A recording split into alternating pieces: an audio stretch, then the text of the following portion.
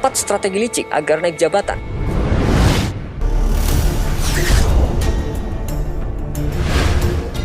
Ada beberapa strategi karyawan untuk meraih cita-cita menjadi karyawan puncak yang mesti diperhatikan oleh manajemen agar tidak terjadi hal-hal yang tidak diinginkan dan dapat menjadi acuan manajemen untuk membuat suatu peraturan baku jenjang karir yang baik. Inilah beberapa strategi yang dipakai oleh karyawan demi kemajuan karirnya. Cari muka atau menjilat atasan. Ini adalah strategi paling umum dan paling baik dilakukan oleh karyawan. Dekati atasan, lakukan semua perintahnya tanpa pernah membantah, dan tidak perlu mengeluarkan ide, karena ide atasan adalah yang terbaik. Ketika atasan memberi perintah, langsung kerjakan saat itu dengan giat di hadapannya. Namun, jika atasan sudah pergi, kembali bekerja seperti biasa. Jika punya bawahan, limpahkan saja kepada mereka. Selesai pekerjaan, segera berikan hasil pekerjaan tersebut kepada atasan. Jika hasilnya bagus, haram menyebut pekerjaan tersebut dibantu oleh bawahan. Namun, jika buruk, semua dikatakan karena ulah bawahan. Kalau perlu, hancurkan nama baik bawahan sehancur-hancurnya agar nama baik dirinya tetap terjaga. Karyawan yang mempunyai prinsip ini adalah karyawan paling berbahaya karena mereka tidak mempunyai inisiatif dan daya kreativitas untuk memajukan, bahkan menjaga agar laju pertumbuhan perusahaan dalam koridor yang tepat. Kelemahan strategi ini bagi pelakunya adalah banyak terjadi gesekan antara dirinya dengan karyawan lain, sehingga harmonisasi kerja sulit didapatkan. Sedangkan kerugian untuk perusahaan adalah tidak sedikit karyawan yang potensial mengajukan pengunduran diri karena melihat dan merasakan persaingan yang tidak sehat ini. Gaul dan keren. Anda pasti menyukai keindahan, kebersihan, dan kerapihan, walaupun Anda sendiri tidak rapih dan tidak senang kebersihan. Dalam dunia kerja, tak dapat dipungkiri, wajah tampan dan cantik, pakaian yang rapih, serta dandanan yang pas dengan penampilan adalah salah satu modal utama karyawan dalam meraih karir di samping kemampuan kerja. Satu lagi, Anda pasti menyenangi orang yang ramah dan mudah bergaul, sekalipun Anda tidak suka berbahasa-basi serta banyak bergaul dengan lingkungan sekitar. Dua modal ini sering digunakan oleh karyawan untuk meningkatkan karir mereka, baik secara sadar atau tidak. Orang-orang ini merekayasa diri mereka agar karyawan lain menyenangi mereka.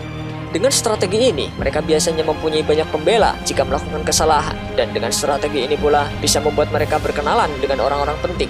Jika sudah punya koneksi dengan orang-orang penting atau mempunyai kekuasaan, hanya tinggal menunggu waktu dan nasib baik saja untuk menggapai jenjang karir yang lebih baik.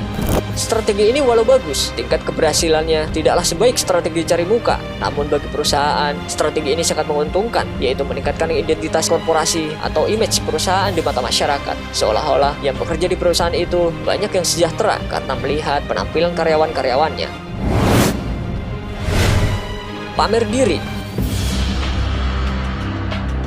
Ada karyawan biasa-biasa saja kemampuannya, namun karir mereka melesat dengan cepat dengan strategi ini. Apa rahasia mereka? Jika ada pertemuan, rapat, atau acara apapun yang mengikut sertakan para tinggi perusahaan, mereka selalu berada di barisan terdepan dan membuat seolah-olah bahwa mereka lah yang paling berjasa dalam segala hal.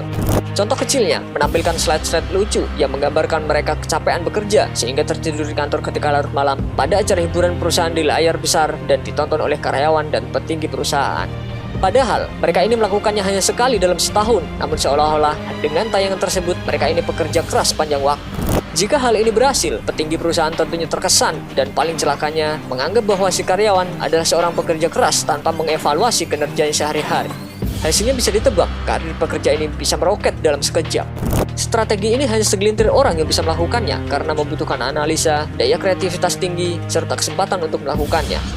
Bagi perusahaan, strategi ini sama bahayanya dengan strategi cari muka, walau tidak seberbahaya strategi tersebut. Namun tetap saja, perusahaan harus hati-hati dengan dampak dari strategi ini bisa sangat berbahaya, karena orang-orang ini senang berkelompok dalam melakukan aksinya. Perusahaan yang terkotak-kotak dalam kelompok bersiap-siaplah menuju masa depan yang suram. Memanfaatkan manajemen jenjang karir. Kita tahu bahwa perusahaan mencoba mencari yang terbaik dari semua karyawannya untuk menempati jabatan strategis dan penting. Hanya tinggal konsistensi perusahaan saja dalam menerapkan strategi ini. Jangan sampai terjebak oleh strategi karyawan seperti yang dibahas di atas. Jika konsistensi manajemen jenjang karir baik, tentunya karyawan akan bertarung dengan baik pula demi jabatan yang lebih baik dan menepikan strategi-strategi tersebut. Namun dalam hal ini, tak sedikit pula kawan menjadi lawan dan sebaliknya lawan menjadi kawan. Sesuatu yang lazim terjadi di perusahaan manapun. Tidak peduli perusahaan besar atau kecil, tidak peduli perusahaan dengan manajemen yang bagus atau buruk, pasti saja terjadi persaingan.